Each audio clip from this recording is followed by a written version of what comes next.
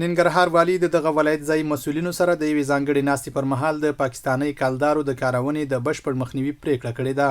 ننګرهار والی مولا محمد نعیم اخوند په جوړه شوې غونډه کې ویلي که څه هم په شینوارو، سپینغر، اچین، لالپوره، مومندره، نازیان او دور بابا ولسوالیو کې د کلدارو کارول محدود شوي، خو باید په بشپړ ډول مخنیوی وشي. ننګرهار کې 600 کورنیو سره د خوراکي او غیر خوراکي توکو مرسته وشوه. د ننګرهار نازیان ولسوالۍ کې المواسات خیریه بنسټ له لوري 100 بې سرپرسته میرمنو سره د خیاطۍ ماشینونو او 1500 نورو سره د اوړو مرسته وشوه. د ختیځ لبنیاتو اتحادیې ستونزو د حل په موخه غونډه وشوه. د ننګرهار د کرنې اوبو لګولو او مالدارۍ ریاست د ختیځ لبنیاتو فابریکې د مسؤلینو او مالدارانو ترمنځ د مالی ستونزو، بازار موندنې او همغږۍ د پیاوړتیا لپاره غونډه ترسره شوه.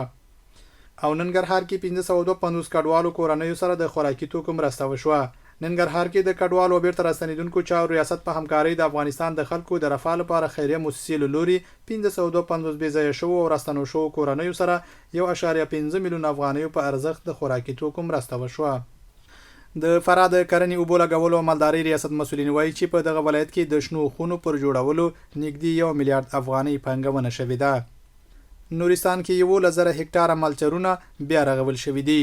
نورستان والی الحاج قاری زین العابدین عابد رسنیو ته په یوې ځانګړې مرکه کې ویلي چې د دې ولایت د کرهڼې او مالدارۍ ریاست او مؤسساتو لخوا په دغه ولایت کې 11,000 هکټاره مالچرونه چې په مختلفو ولسوالیو کې د واورې د ښویېدنې او سیلابونو له امله له منځه تللي وو بیا رغولي دي.